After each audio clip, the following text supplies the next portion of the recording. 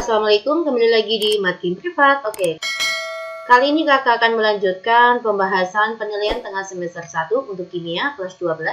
Saya ambil dari buku Intan Pariwara, jangan lupa sebelumnya subscribe Makin Privat ya. Oke, kita mulai nomor 12. Perhatikan ketiga larutan dalam labu Erlenmeyer ya. Jadi ada 3 labu ya, labu A, labu B, dan C. Di dalamnya terdapat untuk labu A ada KBr, untuk B ada CaCl2 dan C-nya ini apa ini? CONH22 ya. Jika ketiga larutan tersebut diukur titik beku dan tekanan osmotiknya. Pasangan larutan yang mempunyai titik beku dan tekanan osmotik paling rendah. Oke guys, ini ya. Kalau mencari titik beku yang paling rendah, kalian carilah konsentrasi yang paling tinggi ya. Untuk titik beku dan konsentrasi itu berbanding terbalik ya. Nah, tetapi kalau mencari titik didih dan tekanan osmotik, itu berbanding lurus dengan konsentrasi. Jika mencari titik didih atau tekanan osmotik yang rendah, maka kalian cari konsentrasi yang rendah juga. Begitu ya. Ini clue-nya untuk kalian semua. Kita akan coba ya, untuk tabung A, di dalamnya ada KBr. KBr adalah senyawa elektrolit ya, maka nanti konsentrasinya saya kalikan ion. Ionnya ada 2, K-nya 1, Br1. Maka nanti 0,2 kalikan 2, 0,4. Untuk yang tabung Erlenmeyer B, itu di dalamnya ada kalsium klorida 0,1 molal. Dia adalah senyawa elektrolit ya, ionnya 3, Ca-nya 1, Cl-nya 2. Maka nanti 0,1 kalikan 3, 0,3. Dan pada labu ke C itu ada CONH22. Ini adalah urea 0,1 molal ya. Karena dia non-elektrolit maka tanpa ionnya, maka tetap ya 0,1. Nah, seperti ini. Dari sini kita peroleh, maka mencari titik beku yang paling rendah itu adalah konsentrasi yang paling tinggi. Jawabannya adalah A, itulah titik beku yang paling rendah. Sedangkan, kalau kita mencari tekanan osmotik yang paling rendah, maka kita cari konsentrasi yang rendah juga. Jawabannya adalah C. C itu adalah pi yang paling rendah. Oke guys, mana jawabannya ya? Mencari titik beku yang paling rendah, maka kita jawab adalah pada tabung A. Salah, salah, salah. Nah, sedangkan tekanan osmotik yang paling rendah, itu adalah pada tabung C. Jawabannya adalah B. Pasti bisa. Nomor 13. Cermati wacana berikut. Indonesia mempunyai beberapa tempat wisata berupa kolam apung ya. Kolam apung dibuat dengan cara melarutkan garam ke dalam air kolam dalam jumlah besar sehingga konsentrasi garam dalam air kolam sangat tinggi. Hal ini menyebabkan orang yang berenang di kolam apung tidak akan tenggelam. Sifat koligatif larutan yang paling tepat berhubungan dengan fenomena wacana tersebut adalah penurunan tekanan uap ya guys. Oke, kita lanjut aja ya ke soal nomor 14.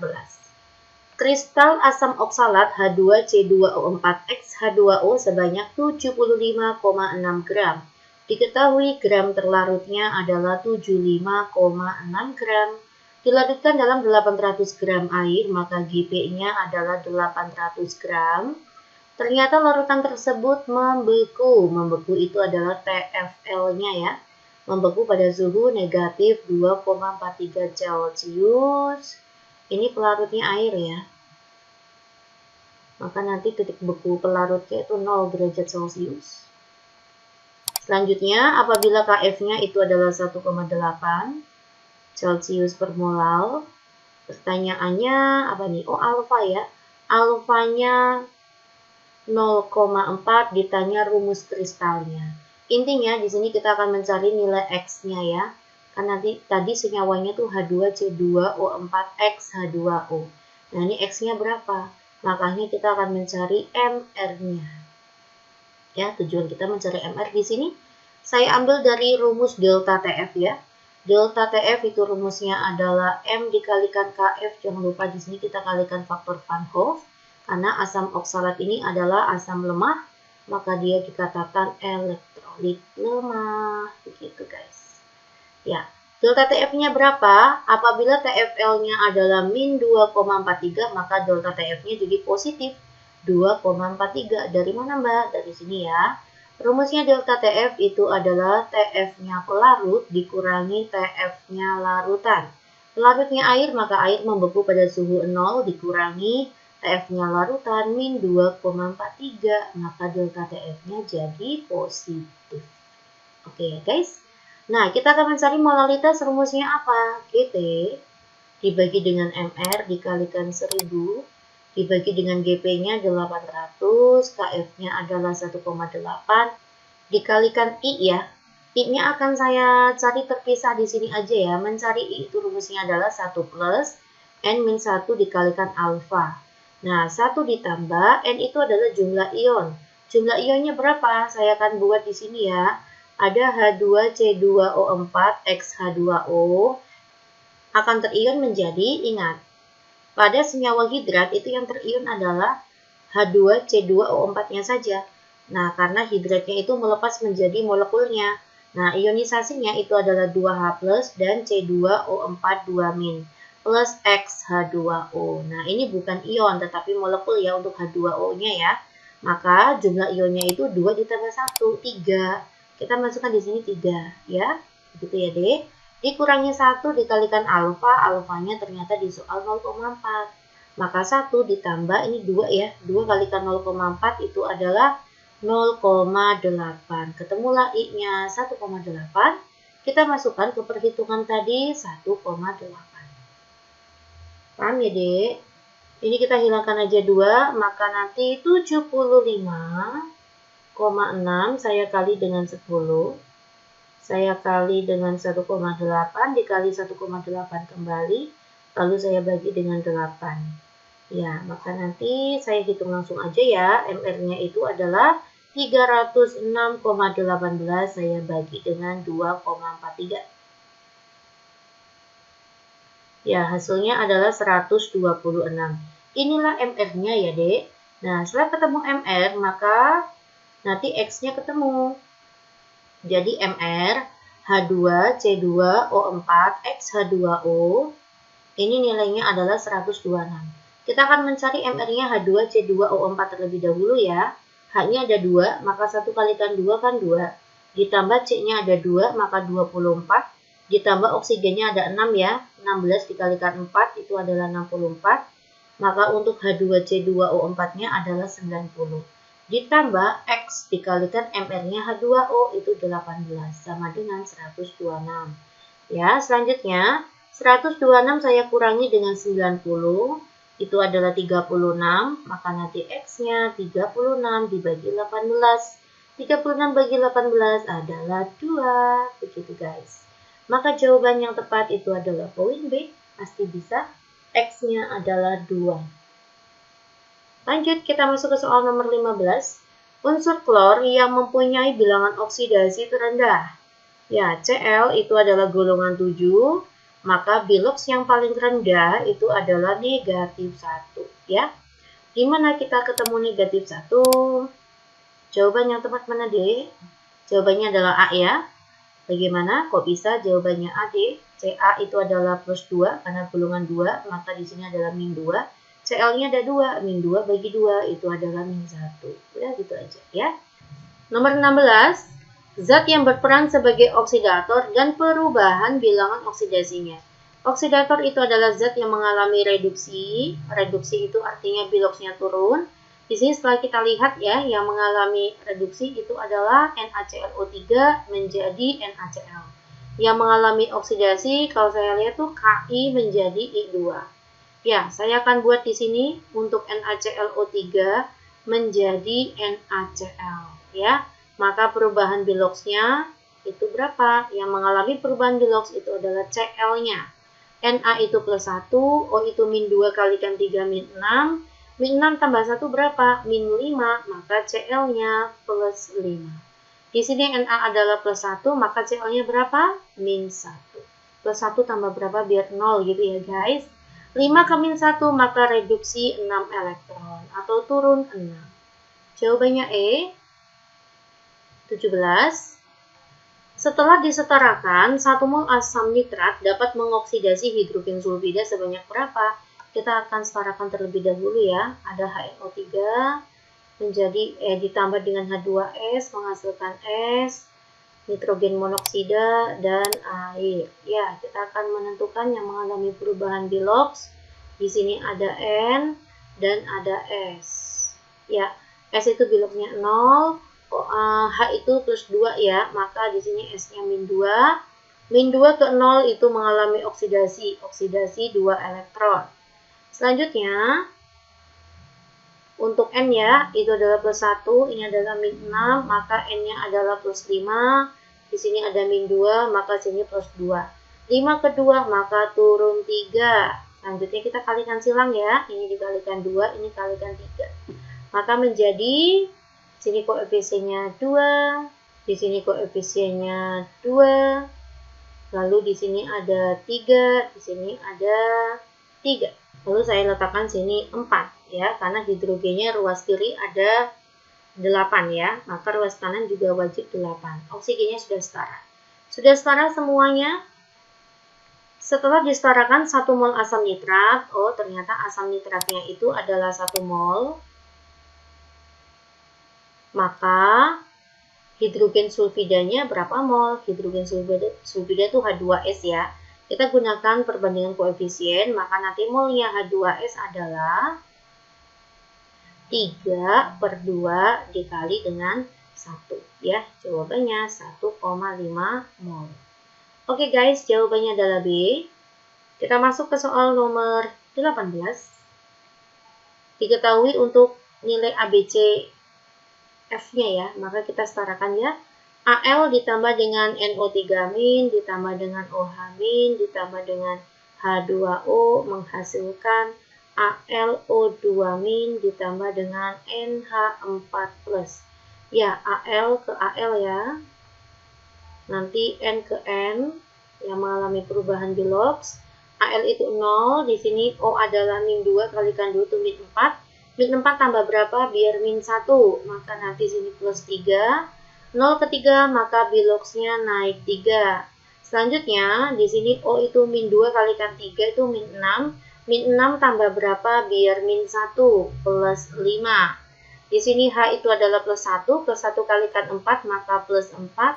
Plus 4 tambah berapa? Biar plus 1, maka min 3. 5 ke 3, maka turun 8. Kita kalikan silang ya, kalikan 3 dikalikan 8. Kita masukkan sini 8. 8, sininya 3, sininya 3. Ya, kita akan lihat elektronnya di ruas kanan dulu ya. Di ruas kanan tuh elektronnya adalah 8 kalikan min 1, itu min 8 ditambah 3 kalikan plus 1, itu adalah plus 3. Min 8 tambah 3 adalah min 5. Untuk ruas kiri elektronnya berapa? 8 kalikan 0, itu Al-nya kan nggak ada muatannya ya, maka 0, maka artinya 0. Ditambah dengan 3 kalikan min 1, itu adalah min 3. Nah, ini OH-nya koefisiennya belum ngerti. Kita belum ngerti ya. Nah, jadi OH-nya harus ditambah berapa, Mbak? Biar sama-sama negatif 5, maka OH-nya kita tambahkan angka 2 ya. 2 kalikan min 1 itu kan min 2. Min 2 tambah min 3 kan min 5. Elektronnya sama antara kiri dan kanan ya. Dari penambahan tersebut, kita juga bisa mencari koefisiennya H2O. Di ruas kanan, hidrogennya ada berapa? Kita lihat 3 dikalikan 4. Ya, jadi H-nya itu ada 12. Maka ruas kiri juga wajib 12. Di sini baru ada 2. Nah, berarti biar 12 kan tambah 10. Maka nanti di sini 5. 5 kalikan 2 kan 10. Oke ya guys, lalu kita akan mencari oksigennya. Di sini oksigennya adalah 9. Dan di sini oksigennya itu ada 2. Lalu di sini oksigennya ada 5. Ya, kayak gini ya, 5 kalikan 1 gitu ya. Maka nanti 9 ditambah 7, 16. Ruas kanan oksigennya juga wajib 16. Di sini ya, oksigennya 16. Betul sekali. 8 dikalikan 2, kan 16. Begitu guys, sudah setara ya. Ditanya adalah A, ini adalah A, maka 8. B, ini adalah B, B-nya adalah 3. C-nya itu adalah 2. F-nya mana? F itu koefisien pada NH4. F-nya itu 3. 8323. 8323 itu E ya.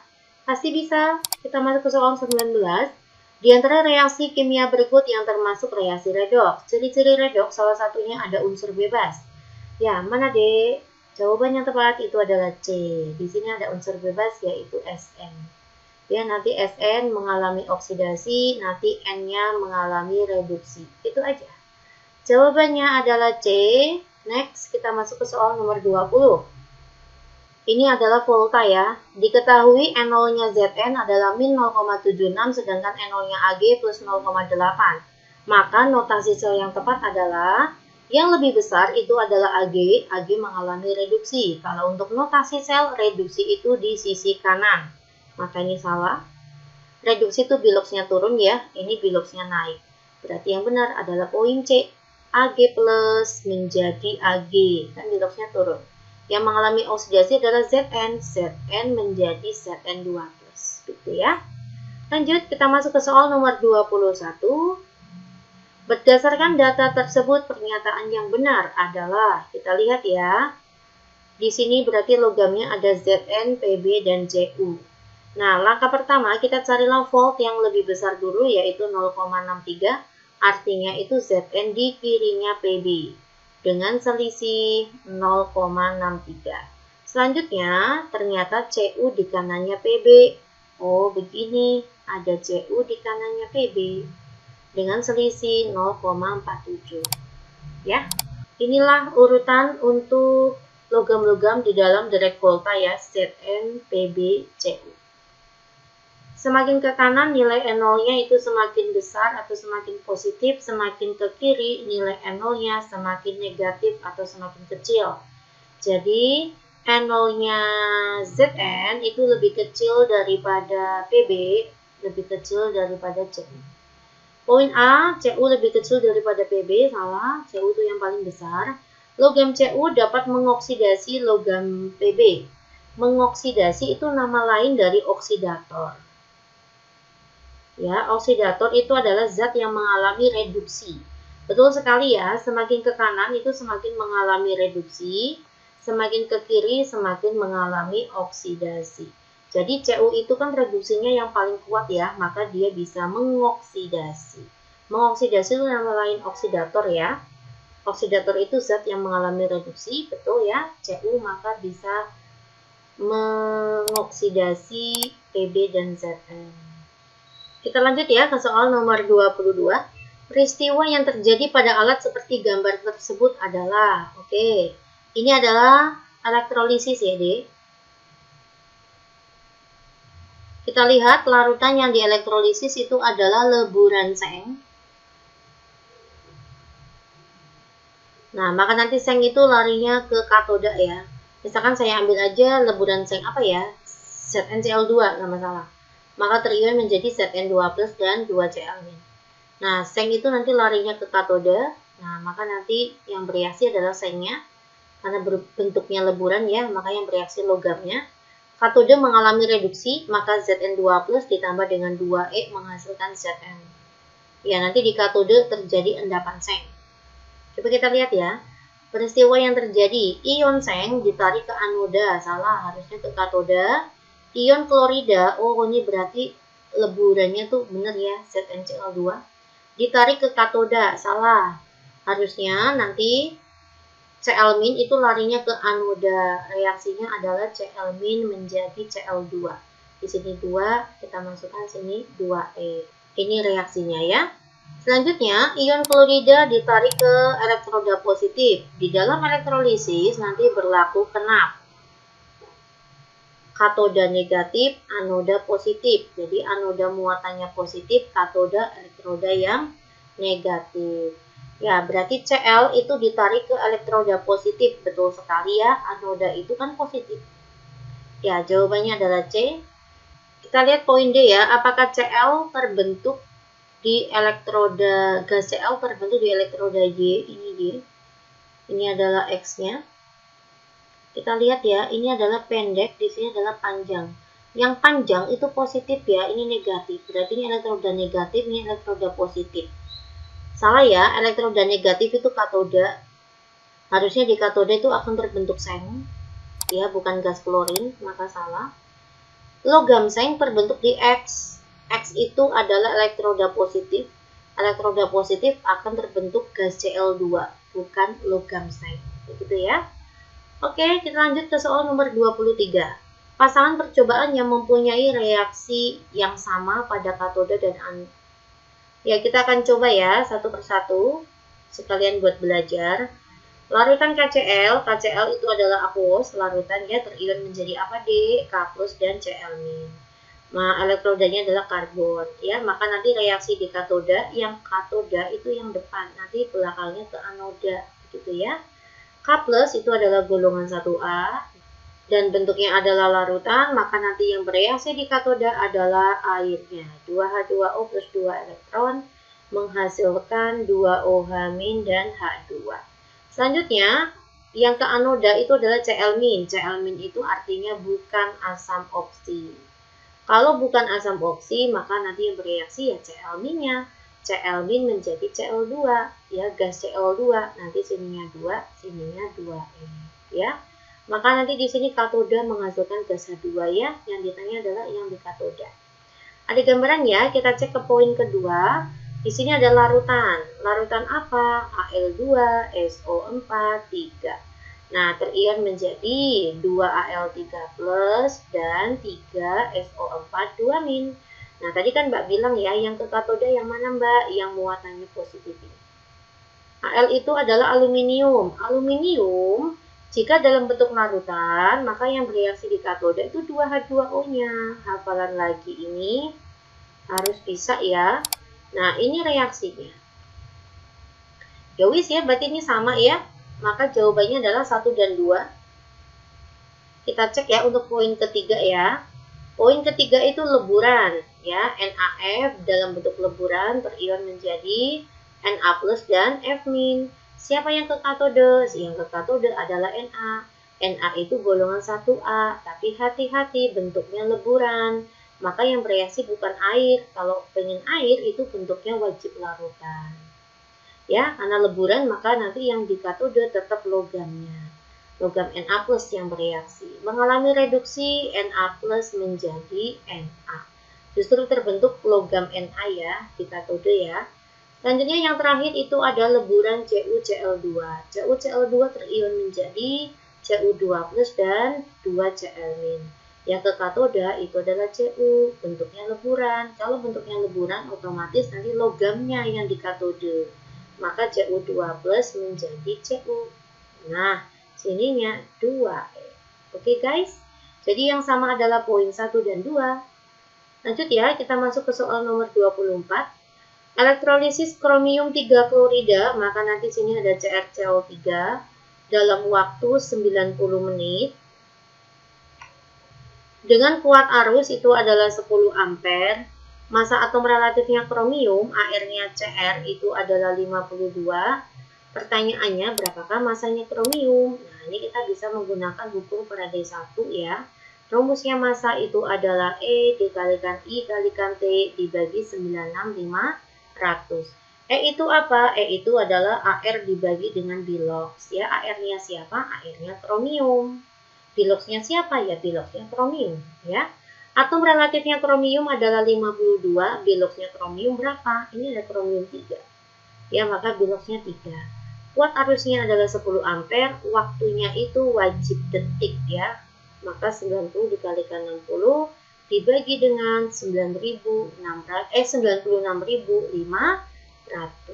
Oke, kita berhitung ya. Saya akan kalikan dari atas dulu ya, 52 dikalikan 10. Lalu saya kali dengan 90 dan dikali 60. Saya bagi ya. Saya bagi dengan 3 kalikan 96.500. Hasilnya adalah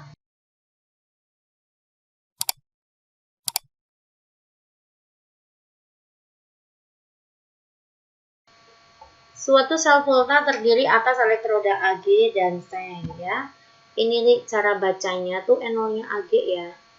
Diketahui E0-nya Ag itu adalah 0,8 volt dan E0-nya Zn itu adalah min 0,76 volt. Ya, pernyataan yang benar adalah, oke, kita akan cek satu persatu ya. 0,8 sama min 0,76 kan gede 0,8 ya. E0 yang lebih besar itu mengalami reduksi, maka ini adalah mengalami oksidasi. Reduksi itu adanya di katoda, maka ini nanti di anoda. Hafalkan kepan, katoda bermuatan positif, anoda bermuatan negatif. Berapakah nilai SL-nya? Rumusnya SL itu adalah reduksi dikurangi dengan oksidasi. Reduksinya adalah Ag, maka 0,8 dikurangi min 0,76 ya. Maka sama jamin sama min kan jadi ditambah ya. 6, 8 tambah 7, 15. 1,56 volt. Pernyataan yang benar ya. Potensial selnya adalah plus 1,56. Udah ya, jawabannya A ya, D. B kan itu salah ya. Apakah Ag bertindak di anoda? Salah ya. Ag itu di katoda. Selanjutnya, apakah Zn itu di katoda? Kebalik, Zn itu di anoda. Persamaan reaksinya, kita lihat aja ya. Ag itu biloxnya 0, menjadi Ag itu plus 1. Nah, berarti Ag kan mengalami oksidasi ya, 0 ke 1. Salah, harusnya Ag mengalami reduksi. Jadi salah juga. Oke ya guys, pasti kalian bisa. Kita masuk ke soal nomor 26. Nana ingin melapisi nampan dengan perak menggunakan metode elektrolisis. Dalam proses tersebut, Nana menggunakan larutan AgNO3 dengan kuat arusnya adalah 10 ampere. Elektrolisis dilakukan selama 3860 detik. Dan tebal lapisan perak yang dihasilkan adalah 1 mm tebalnya. Itu adalah 1 mm. Luas permukaan nampan yang telah terlapisi jika massa jenis perak itu 10,5 gram per mili ya. Ditanya luasnya. Oke guys, bagaimana ini guys? Kita akan mencari apa ya? Kita ada hubungannya dengan rho terlebih dahulu. Rho itu rumusnya apa? Rho itu rumusnya adalah M per V. Maka nanti ketemulah volume, jawabannya nanti sini M dibagi dengan rho. Rho-nya berapa? 10,5. Masanya berapa? Kita akan mencari massa ya menggunakan hukum Faraday 1. Rumusnya adalah EIT dibagi dengan 96,500. E itu adalah atom relatif dibagi bilox ya. AR-nya siapa? AR-nya Ag. Karena di sini yang melapisi adalah Ag.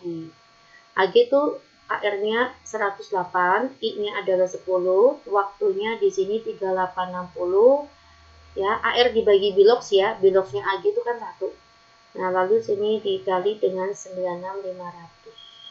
Kita akan hitung terlebih dahulu di sini. Kita hilangkan, ini hilang, sini hilang, ya. 108 dikali dengan 386. Saya bagi dengan 965 ya. 43,2. 43,2 gram. Kita masukkan ke sana. Saya masukkan di sini 43,2. 43,2 saya bagi dengan 10,5. Jawabannya 4,1. Volumenya adalah 4,11 ya, mili. Oh, berarti maaf ya. Saya rho-nya jangan pakai mili ya. Ini benar pakai cm kubik aja. Berarti ini volumenya adalah cm kubik. Nah, apa rumusnya volume? Rumusnya adalah panjang kali lebar kalikan tinggi.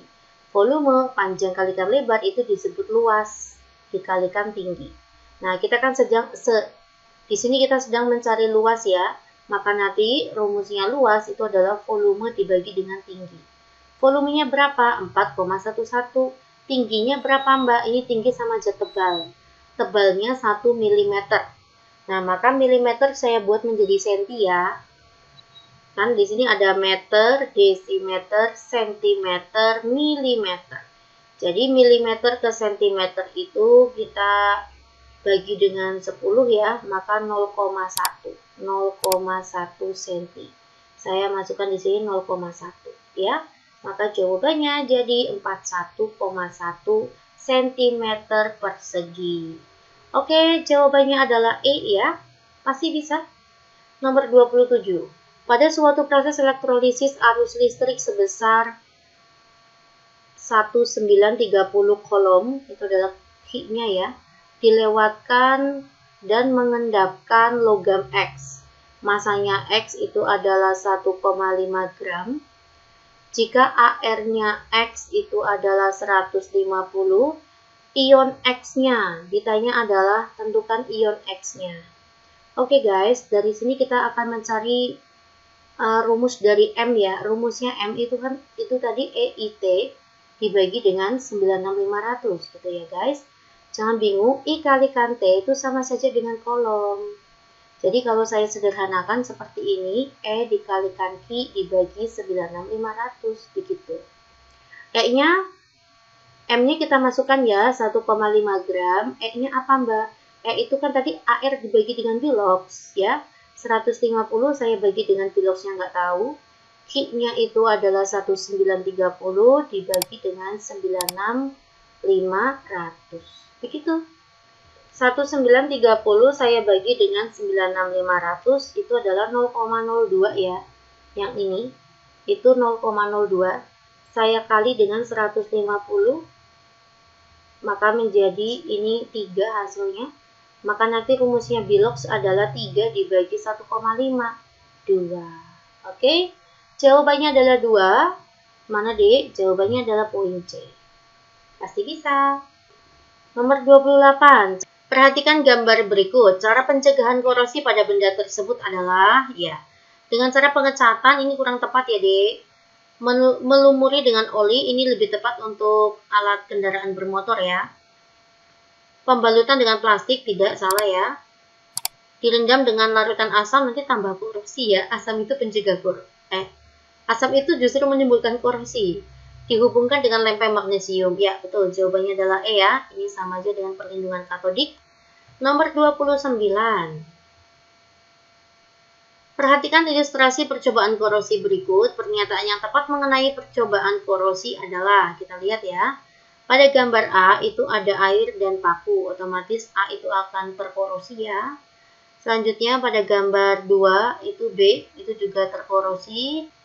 Pada tabung C itu dilumuri dengan oli, maka nanti pakunya aman ya, tidak berkarat ya. Tidak terkorosi atau tidak berkarat. Lalu pada poin D itu dimasukkan ke dalam air mendidih. Nah, ini tetap akan terkorosi. Pernyataan yang tepat, paku besi pada tabung D lebih lambat daripada tabung C. Salah ya. C itu yang paling lambat karena C itu dimasukkan ke dalam oli. Jadi korosinya lambat. B. Paku pada tabung A lebih cepat berkarat daripada tabung B. Garam. Air garam ini lebih cepat terkorosi ya. Karena di dalamnya mengandung air dan mengandung garam. Itu double-double ya yang menyebabkan korosinya. Salah ya, harusnya B lebih cepat daripada A. Pada poin C, apakah paku besi pada tabung B itu paling lambat? Salah, yang paling lambat itu pada tabung C. Poin D, paku besi pada tabung D paling mudah berkarat. Tidak, yang paling mudah berkarat itu adalah B. Urutan paku dari yang paling lambat. Yang paling lambat itu adalah C, selanjutnya adalah D, selanjutnya adalah A, dan yang paling cepat itu adalah B. Ya. Yang paling lambat berkarat, tiba-tiba pertanyaan udah betul ya. Jawabannya adalah E.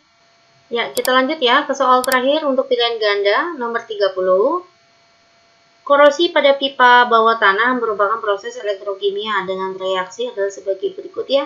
Di sini besi yang akan teroksidasi ya. Maka besinya akan karatan dan oksigennya itu akan tereduksi di sini. Ya, jadi yang berkarat itu adalah besi, besinya teroksidasi. Sedangkan oksigennya mengalami reduksi. Untuk mencegah reaksi katodik, pipa dihubungkan dengan logam lain yang lebih mudah teroksidasi. Berdasarkan informasi tersebut, kesimpulan yang tepat mengenai faktor-faktor penyebab korosi. Nah, sebenarnya itu penyebab korosi di sini itu adalah air dan oksigen ya. Coba kita lihat untuk poin A, adanya elektrolit atau zat terlarut yang bersifat asam, adanya oksigen dan uap air yang lembab. Ya, jawabannya adalah D ya. Yang menyebabkan korosi itu adalah ini, oksigen ya, oksigen, dan adanya tetes air ya, berarti uap air. Oke, jawabannya adalah poin B.